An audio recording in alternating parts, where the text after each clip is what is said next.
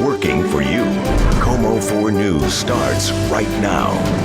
Good Friday morning, everybody. Topping our headlines right now. Developing in Auburn, a senior living facility is evacuated. A caregiver arrested on some very serious allegations. Details ahead in a live report. And we are learning new details in a frightening night for two Boeing employees who were on the job and they were badly hurt. We'll tell you how they're doing this morning coming up.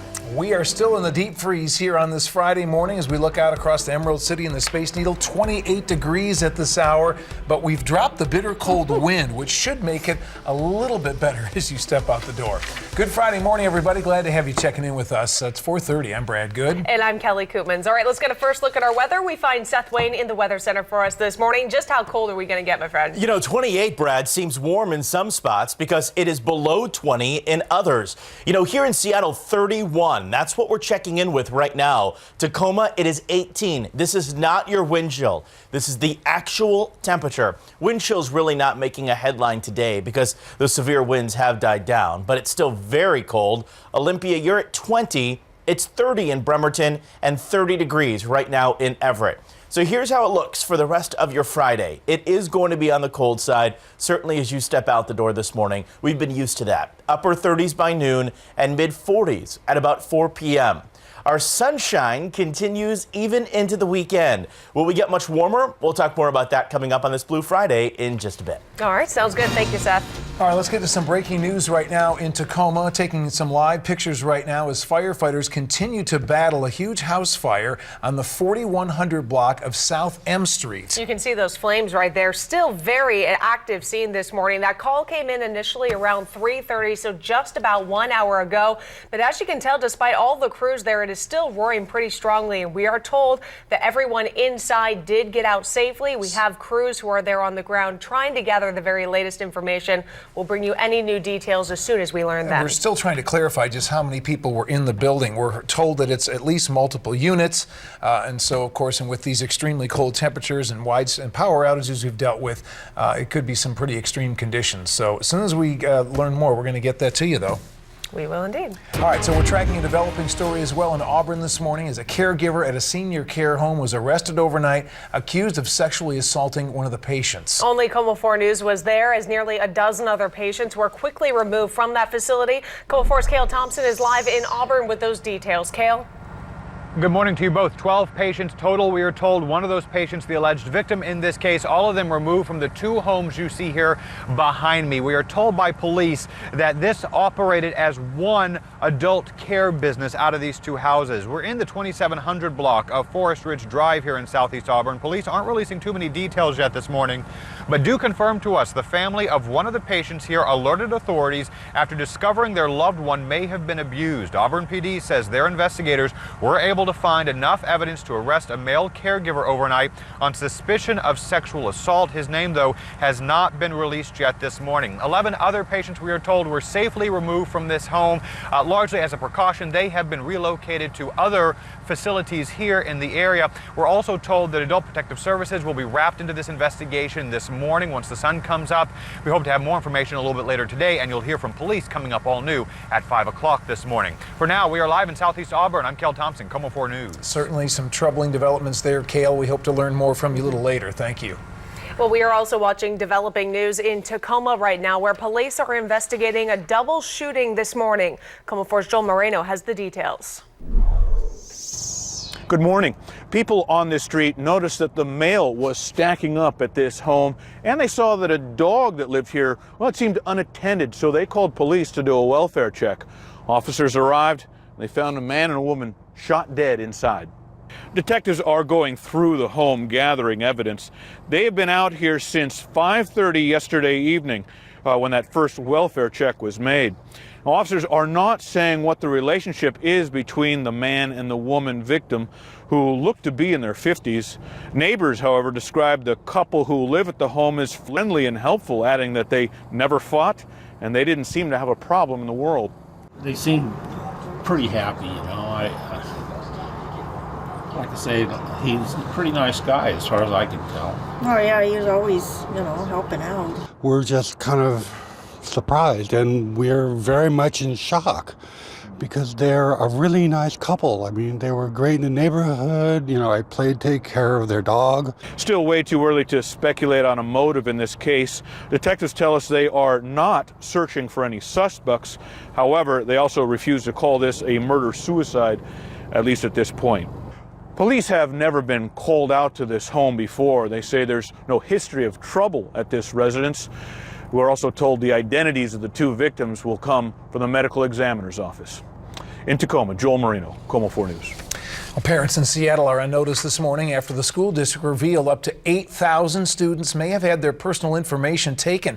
District leaders say names, addresses, and other information ended up in the wrong hands. Now, in a letter sent to parents, Interim Superintendent Dr. Larry Nyland explained that a law firm retained by the Seattle School District unintentionally sent the files to an individual involved in a complaint case. The school district has asked the U.S. Department of Education to help now with this investigation. Well, it looks like an initiative to limit class sizes in our state will not need a recount after all. Initiative 1351 is now passing by more than 30,000 votes, falling well outside the 2,000 vote threshold for a recount. Critics have said that measure is too expensive. Nearly 70,000 votes in the state remain to be counted. The governor and secretary of state certify those returns on December 2nd.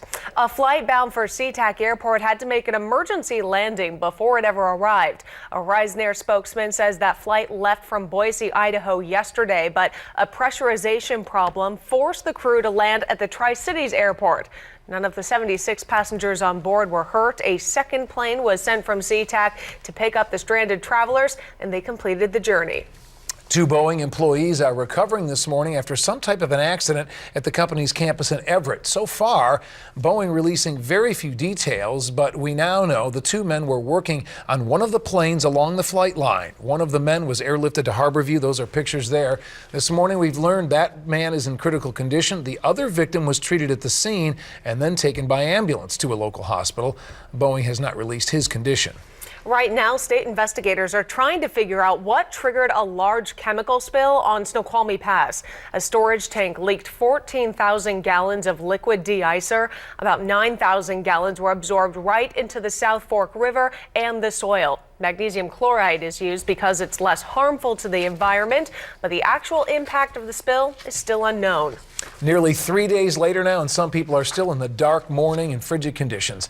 Puget Sound energy crews say as many as 500 people still do not have power after Tuesday's storm, most of them in the Federal Way area.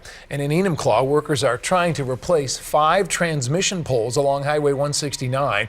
One of those, once those are in place, they can work on getting the power back up and running to many customers in parts of Kent, Auburn, and Enumclaw. We're learning all of those outages should be repaired by midnight tonight. A black ice warning is now in effect for parts of southwest Washington and the northern Oregon area. Snow and ice melted as the day wore on yesterday, but that refroze as the temperatures dipped yet again overnight. Drivers on some streets in Portland are now being told to use tire chains. All right, still to come on your Friday, more troubling details on that White House breach. What caused the slow response and why some question whether Secret Service agents are overworked. And on the prowl, why police near Paris can't seem to track down a tiger that's on the loose. All right, Seth, another beautiful day, but a chilly one as well. Absolutely. Best way to describe it, Kelly. So we make our way through the day and certainly topping our weather headlines. It will not be as windy. You step out the door this morning, and I'm sure you'll notice that. Still, it's going to be extremely cold for this time of the year. I mean, we're seeing temps now in the teens. Normally, we see that in February. Sunny and dry for the upcoming weekend. More on that coming up in just a bit. All right, Seth, thank you. And as we head to break, we're covering breaking news in Tacoma of a huge house fire still burning at this hour under some frigid conditions. This is on South M Street. Everybody got out safely. We're monitoring that situation. We'll have more details as we continue.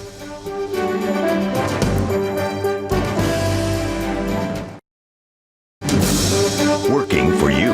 KOMO 4 News starts right now.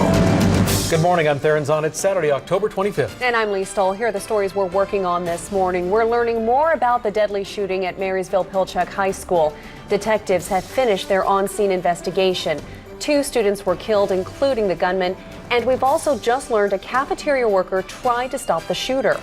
And another tragic story this morning. Police in Auburn are investigating a deadly crash from overnight that killed 4 people. 2 more at Harborview in critical condition. And a new Ebola scare as the outbreak continues to grow around the world. This morning, a nurse in New Jersey is under quarantine. But there is new hope as another person infected in the U.S. is out of the hospital. So a lot of details, a lot of information that we're following this morning. And now the weather seems to be setting up to be a story of its own. Weather's going to be a newsmaker overnight tonight as we bring on some stormy weather. Excuse me, Dungeness Lighthouse scene here. You can see the gray skies that are moving in, along with some heavy rain at times today. We want to let you know, along with the rain comes the gusty winds. We already have a wind advisory going up later on today, and it's going to run through tonight. Doppler radar does show the rain out there through Tacoma and Olympia. It is beginning its march through western Washington. And again, we'll keep those gusty winds going even up to 50 miles an hour at times during the overnight hours. Could easily have some trees down. 49 is our current temp. Again, temperature's not getting all that warm today. You notice the winds start to pick up, especially during the early afternoon. Coming up in your extended KOMO forecast, I'm going to let you know about the rest of the weekend, what Sunday's going to look like. All right, we'll keep an eye on those conditions. Well, families are waking up still in shock this morning, less than 24 hours after gunfire erupted at Marysville-Pilchuck High School. Amidst the heartache and agony, we're learning new details about the tragedy. 2 people are dead, including the gunman identified as 14-year-old freshman Jalen Freiberg. Police say he opened fire in the school's crowded cafeteria, killing a female student and wounding 4 others. Now, within the last hour, we've learned 2 more students were also hurt in the shooting, but were treated at the scene. 3 are now listed in critical condition this morning. KOMO 4's Cale Thompson is live at Providence Hospital, where 2 of those victims are being treated right now. Cale? The sun is definitely coming up this morning on a changed Marysville. Really many communities here in Western Washington changed by this. We have just confirmed some new details. You heard a little bit. I want to try to expound on them a little bit. We now understand that a cafeteria worker is being credited with trying to stop this shooting as it unfolded yesterday morning at 10:45. So less than 24 hours ago still. We also now know that the student apparently was armed with a .40 caliber handgun. That is the weapon that authorities say they found on the scene. Patient condition updates were stopped overnight, though we do expect them to resume here shortly this morning. In fact, we're waiting on a press conference here at about 9 o'clock at Providence Regional Medical Center. Really, if there is any comfort to be had in this tragedy, certainly you are going to find it in the overwhelming support that we have seen for the victims in this case. We saw just some of that last night at the vigils that were held across the area, a half dozen that we were able to count at least, including this one at Grove Church. And as of last check, those 4 victims remain hospitalized this morning. 3, as you mentioned, in critical condition, including 2 girls here at Providence and 1 of the 2 boys transferred to Harborview. Police are still blocking, or were blocking, the campus when we drove by at 5 o'clock this morning, but they've since cleared the scene but have not stopped working. Once witness statements are gathered, there's going to be a lot of gathering of evidence. So it's just a big space, a lot of people that were in the facility, so that's going to take a lot of time. When we talk about we're not having any witnesses, we don't have any witnesses on scene that we're interviewing. There are probably several other witnesses, say at the hospital, that need to be talked to as well. So that's going to take several hours. And in fact, crews were here at Providence Regional last night, we are told. Providence also tells us it will have an update on the 2 female patients here this morning at around 8:30. I did place a call to Harborview just about 45 minutes ago. We have not yet heard back from Harborview. We're hoping to get more from them here a little bit later on. And as you mentioned, we've learned 2 other students were injured in this shooting, 2 students that we had not heard about before. Fortunately, their injuries were not life-threatening. They were able to be treated there at the scene. And released, you may have actually seen one of them on our air last night who was injured slightly in his back. As this community works to heal, and that is going to be a very long process, counselors will be on hand this morning beginning at 9 o'clock at the school district headquarters. That is going to be off of 80th Street in Marysville. Classes for the rest of next week at the high school have been canceled. We'll have much more for you as it comes in this morning. For now, I'm Cale Thompson reporting live in Everett, KOMO 4 News. Thanks, Cale, for all that new information. Yeah, a lot to follow this morning. Well, the investigation at the school has wrapped up this morning a few hours earlier than expected. They were expected to wrap up this afternoon. President Obama has been briefed on the situation. The FBI is assisting local law enforcement and providing specialists to work with the victims and their families. Now, overnight, Senator Maria Cantwell issued this statement saying, quote, "Our thoughts and prayers are with the families and victims of this tragic shooting at Marysville-Pilchuck High School. We thank our first responders who protect our children.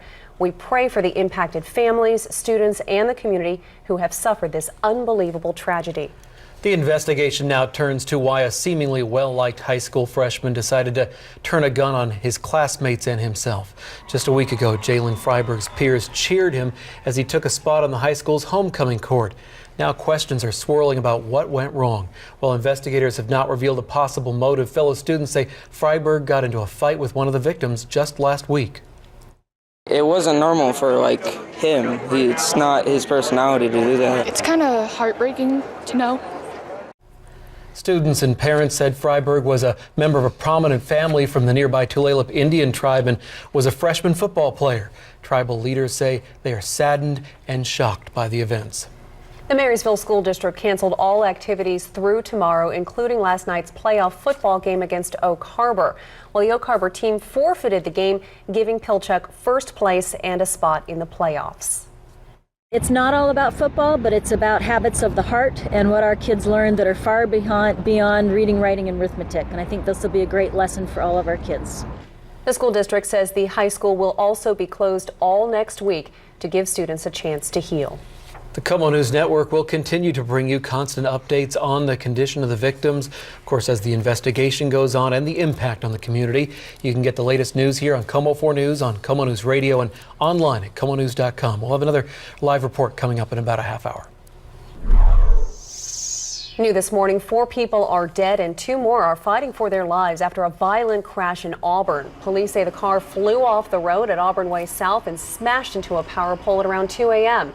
The victims were all in their 20s. 2 women and 2 men died at the scene. Investigators say 2 more men were rushed to Harborview in critical condition. A small dog was also in the car but had to be euthanized. Right now, all lanes are blocked along Auburn Way South. Police believe alcohol and speed both played a role in the crash. Also new this morning, right now, deputies in Snohomish County are surrounding an apartment complex in Linwood. They're searching for a deadly stabbing suspect. Investigators say a fight broke out between 2 men around 11:30 last night on 164th Street Southwest. The 42-year-old victim died at the scene. Detectives searched the area but have not found the suspect. They think he is hiding, though, in an apartment building. So far, police have not recovered any weapon. They believe the victim and the suspect knew each other. It's unclear when the viaduct replacement project will get started again. Work on the access pit to reach the tunnel boring machine known as Bertha abruptly came to a stop on Thursday after archaeologists found what they are calling cultural materials. They won't exactly say what that means, but we do know it's not human remains. The DOT is working with tribal leaders on how to proceed. Bertha has been stopped since last fall after getting stuck. Crews started digging the access pit earlier this month to reach the machine and make those repairs. Well, your drive along I-5 should be a little smoother this morning. All lanes reopened just before 5 o'clock between State Route 599 and the Boeing Access Road after an overnight closure. Seattle City Light crews were working on overhead utility systems. Good news that they got the work done early, considering what you say. And you can see the rain in that picture, too. It's starting to move in. Yeah, like you said, it was heading our way and more ahead for sure this afternoon. We add gusty winds to the mix this afternoon and also even the possibility of a thunder shower before the day is up. Gig Harbor, seen from this weather webcam, kind of soggy there right now, as we will all be during the morning as that front continues to move through, all associated with a very intense area of low pressure off the coast. Doppler radar shows those showers up and down I-5 now creeping into Seattle, heading toward Everett right now. Also in the Kitsap Peninsula as you head down Highway 16, definitely some wet roadways to be found there. A wind advisory going up at 3 o'clock this afternoon, running through 6 o'clock tomorrow morning. Again, very gusty winds out there up to 50 miles an hour. So that could easily bring some trees down. So if you have anything in the yard, you need to make sure it doesn't end up in your neighbor's yard or even further. You might want to check on it this morning, and maybe some tree limbs. You want to watch out for those too. 59 degrees or 49 right now. Winds out of the northeast at 5 miles an hour. And a satellite image shows that area of low pressure off the coast of Oregon right now, but it's rapidly moving to the northeast. And as it does that, it gets closer to our area. That area of low pressure, pressures like to equalize. And if you have higher pressure east of the mountains and low pressure off the coast, that is the classic recipe for a northwest windstorm around here. And we had all this moisture to the mix ahead of the wind. Of course, the ground is already wet enough out there. Gusty winds could easily send some vulnerable trees over. So by tomorrow morning, we could be talking about some power outages Here's a wider view of the satellite image to give you an idea of the size of this area of low pressure. Notice the circulation right there heading practically right for us. So as it ends up over western Washington later on today and overnight tonight, it'll draw some very gusty winds through the Puget Sound Basin, and that's when we're going to talk about chances of a power outage or things like that. But this is our first pretty strong fall storm of the season, so we want to watch out for any new problems that could develop. Of course, you have the clogged drains in your neighborhood. You could easily have some urban flooding.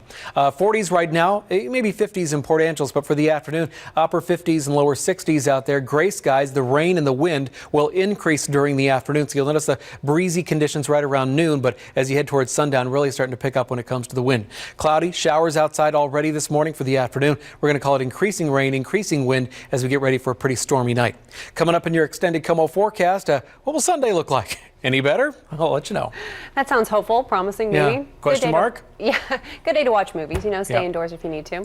Time now, 8:11, and coming up, a new way to invest in your neighborhood. We'll show you the tools some businesses are using to raise money with help from their neighbors. We'll be right back.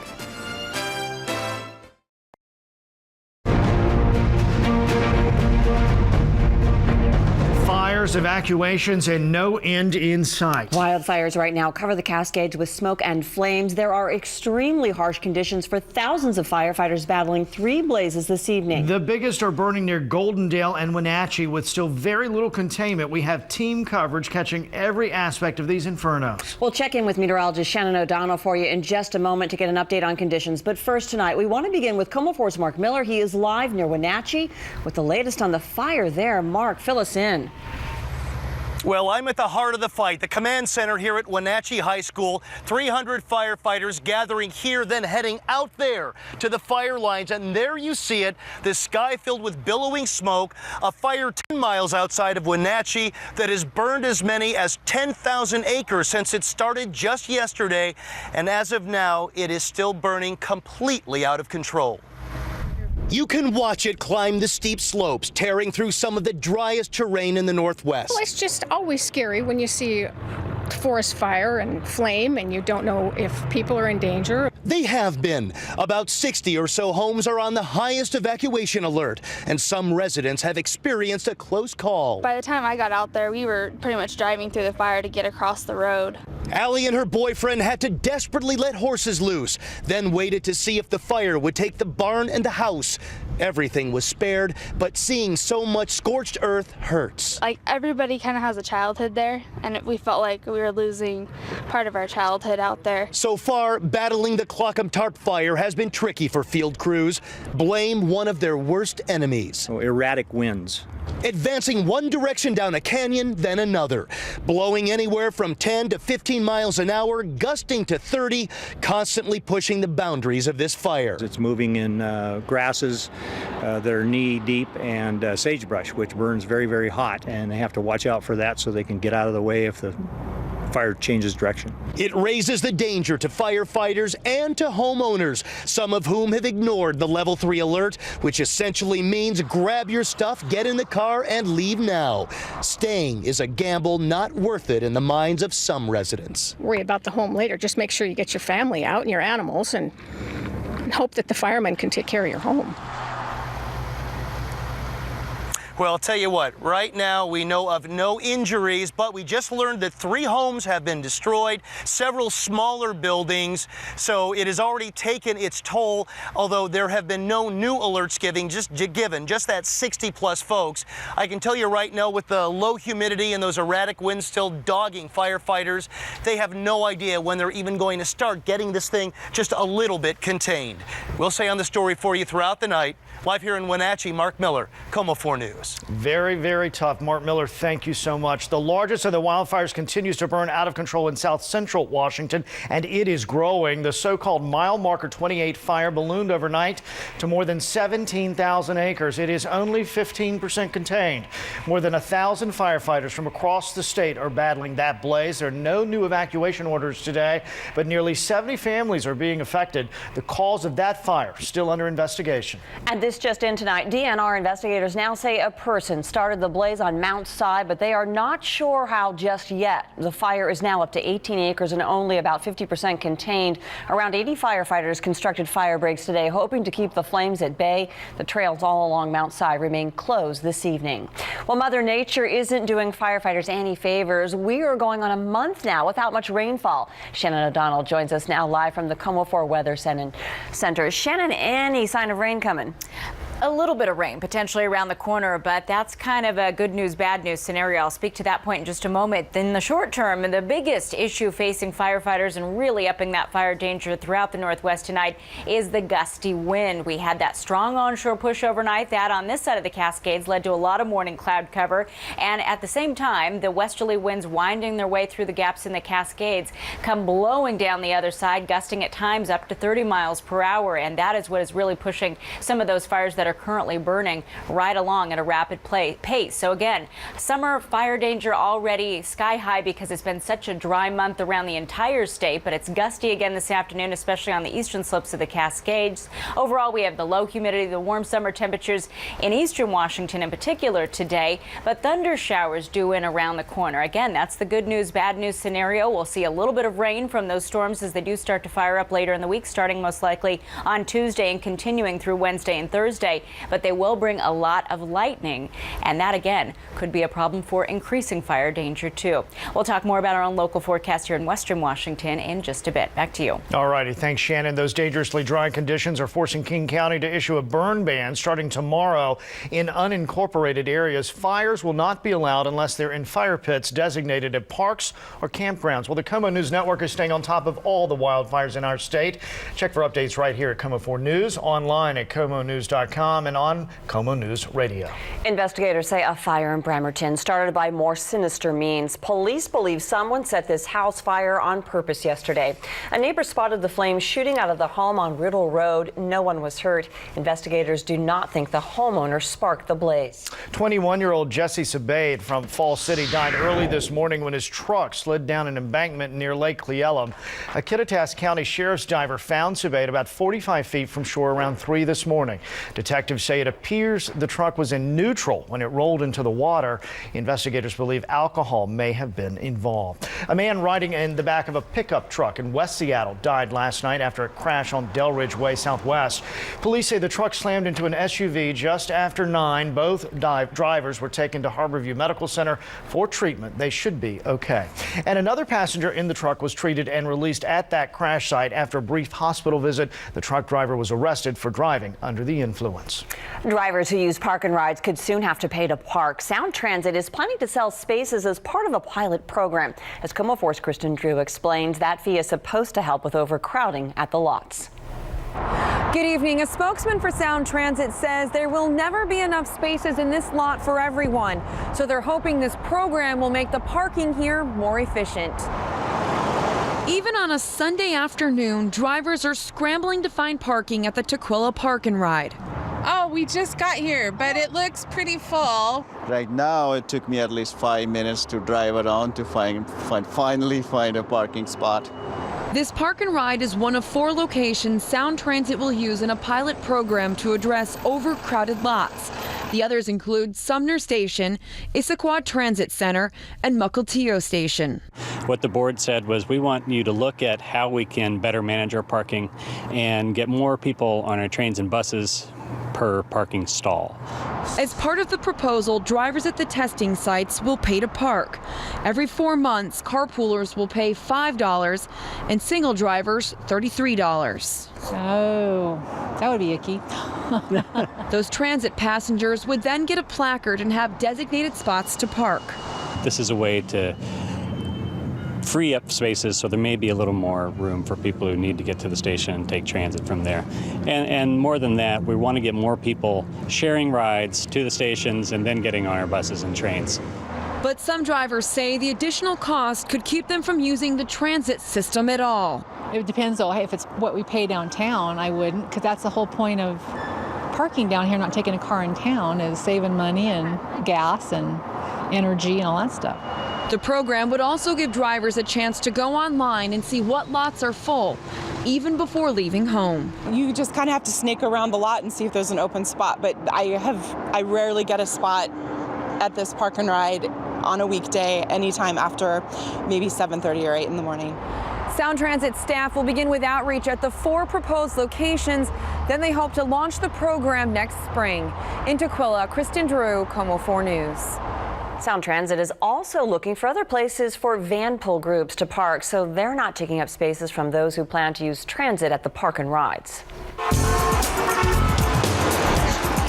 A Problem Solvers traffic alert for anyone headed into downtown. Expect a whole lot of backups around Key Arena due to the One Direction concert there tonight. It starts around 7 o'clock. All those screaming fans will spill back onto the roads later tonight. Well, the Problem Solvers also want you to know about ferry changes that could affect your morning commute. Today, WashDOT replaced the 124-vehicle Kitsap ferry with the 90-vehicle South Ferry along the Bremerton to Seattle ferry route. And that means less passengers and potentially more headache for drivers. The Kitsap is now sailing the busy Fauntleroy Southworth route. Well, leave the booze off the boat. New laws taking effect today aim at keeping us all safe on the water. Boating under the influence now carries a $5,000 fine and up to a year in jail. Officers are now also allowed to give breath and blood tests for alcohol on board. If you refuse, you could face a $1,000 citation. Also starting today, tow truck companies are now capped with how much they can charge you. A tow is now limited to $270 and $60 a day for storage. Several other laws also took effect today. We have a complete list for you. It's right online at KOMOnews.com. Well, a heist for the history books. Wow, coming up, the brazen $53 million holdup on the French Riviera. And the People's Pope gets a warm send-off. Why millions turn out for this morning's Mass. Facing frigid waters, a local man aims for glory as he swims the Strait of Juan de Fuca. Find out if he made it. Working for you. KOMO 4 News starts right now.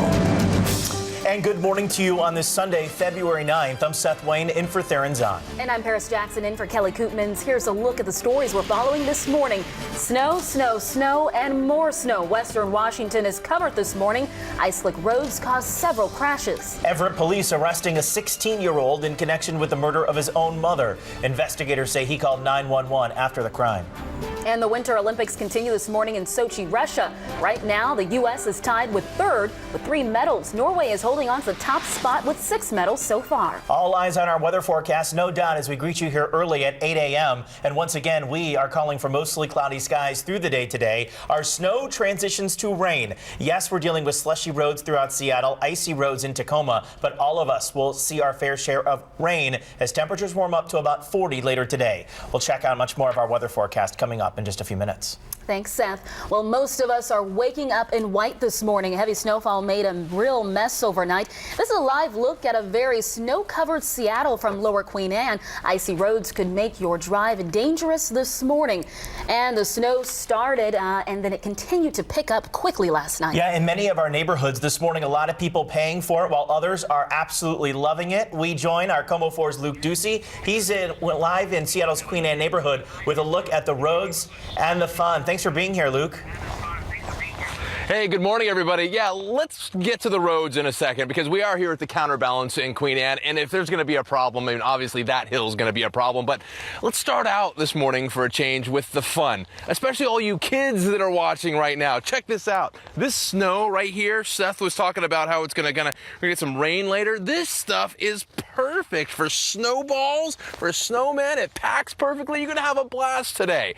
All right, now for the people who are paying for it. Take a look over here real fast. We'll just slide the camera. Yeah, this is the Counterbalance. And again, if there's going to be a problem, it's going to be that. Let's roll some video that we have for you that we shot just moments ago right here on this hill. And already we've watched several four-wheel drive trucks make that treacherous turn from the secondary roads onto Queen Anne Avenue North, heading downhill, just crunching through the ice that's been left over. And we ran into several people walking, some people jogging, some people going to church, and also people heading to work in this mess. If you are walking, be careful. The sidewalks are packed with snow and ice. I think I'll make it. I think I'll survive. Have to get to Harborview. You know, it's a little bit of a trek, but I think I'll be okay. Good luck. Thank you. Thank you very much. What's your... And we watched her walk down the whole way. She made it fine. She didn't fall real fast. Look up the secondary roads. This is the problem spots right here. This is what you're going to deal with heading out this morning. It's not just slushy. It's icy right now. It's going to melt a little bit later, but we'll just slide really nicely over to the counterbalance again. This part right here is pretty bad. Most of it is a lot better than this, and on the interstates, well, they're all clear, and the main roads throughout the city of Seattle anyway are all clear as well.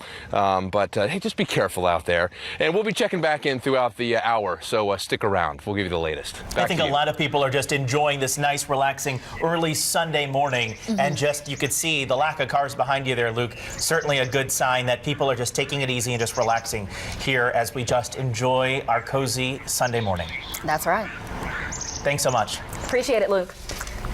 Well, let's take now to a live look, and this was a rough overnight for a lot of people last night. The roads in Linwood, a crash on 405 shut down southbound traffic for almost 3 hours. Stuck cars, and all people could do was really just wait for that wreckage to clear up. Just before 1 a.m., traffic finally started flowing again. You know, Luke was talking about the interstates, and we do want to bring with you a live view. This is from South Lake Union once again, and our KOMO cams are out tracking that snow for you. But as we talk about Interstate 5, let's deal with this. King County State Troopers, they were very busy. About 20 minutes ago, they revealed that troopers responded to 150 collisions and abandoned vehicles overnight into this morning. So certainly it was on the rough side along I-5. We traveled towards Pierce County, where the roads are still very icy this morning because those temperatures are a bit below freezing. So it's Pierce County, Thurston County that dealt with the most snow. That snow will continue to melt hour by hour, and then we're all looking at rain likely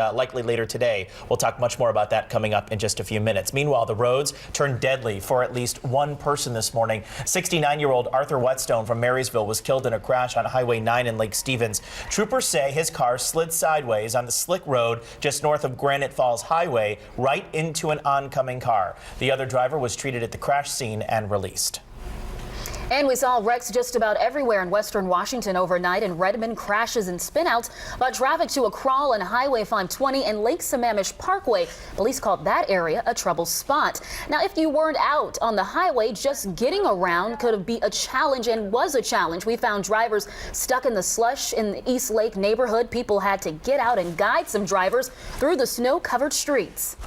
I'm from Spokane, so I'm used to this, but for some reason I feel like all knowledge goes out the door, and the city just shuts down. No one knows what to do.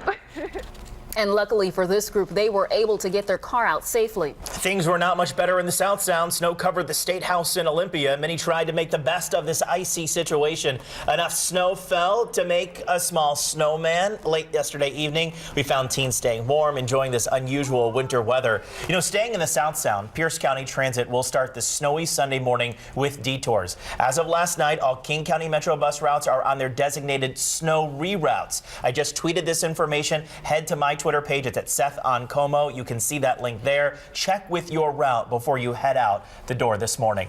We also want to take you up to the passes. Here's a live view at Snoqualmie Pass. Still snowing in the mountains. If you are heading across I-90, there is compact snow and ice on the highway. Chains are required on all vehicles except for all-wheel drive, and you can see those ski lifts. They are in full operating mode. They've got some great fresh powder. You can head up that way and log on to KOMOnews.com/weather for your updated road information as well as your ski report. And our neighbors to the south are not being spared from the February freeze. The Portland area is dealing with a third straight day of snow and ice. Oregon has been slammed with wave after wave of hard-hitting winter weather. Now the snow has switched to sleet. Up to ½ an inch of ice could be coating the Portland area by morning. And a heads up for air travelers, the storm has led to dozens of flight cancellations in and out of Portland International Airport. We'll stay on top of this February freeze. We'll be on the air for the next 90 minutes. Get updates on KOMO4News.com, KOMO News Radio. I've been live on the radio all morning long. And of course, we're Facebooking Paris, myself, our producers, and we're on Twitter too. And remember, you can always stay ahead of the weather with our new KOMO weather app. It's available for download on most mobile devices. You can customize the app and monitor conditions right in your neighborhood. It's 7 minutes now after 8 o'clock. As we switch gears this morning, police have made an arrest in the murder of a woman in Everett, her 16-year-old son. Detectives say the teenager was the one who called 911 and reported his mother's front door left open on Friday. Well, police later found the victim's body inside the home on 5th Avenue West. They have not yet said how she died, died. Investigators have not released her name or her son's name because of his age, but they do not believe anyone else was involved.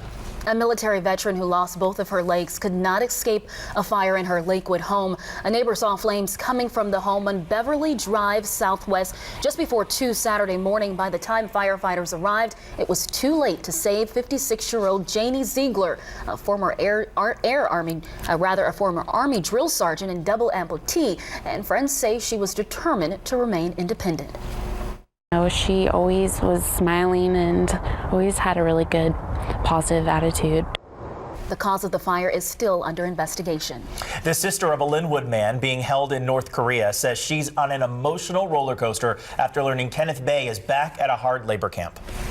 One day we're excited and encouraged that President Obama's showing his support and commitment, and the next day we learned that Kenneth was moved to the labor camp, so we're really discouraged and concerned.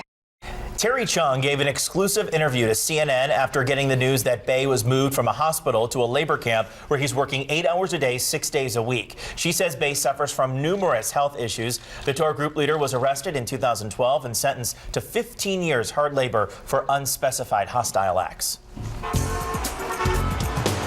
And here's a live look at 520 The Bridge. Right now, no car tracks through the snow this morning. That's because the bridge is closed until 5 Monday morning. Crews are realigning the lanes and doing other work. It's unclear if they'll be able to finish because of the snow.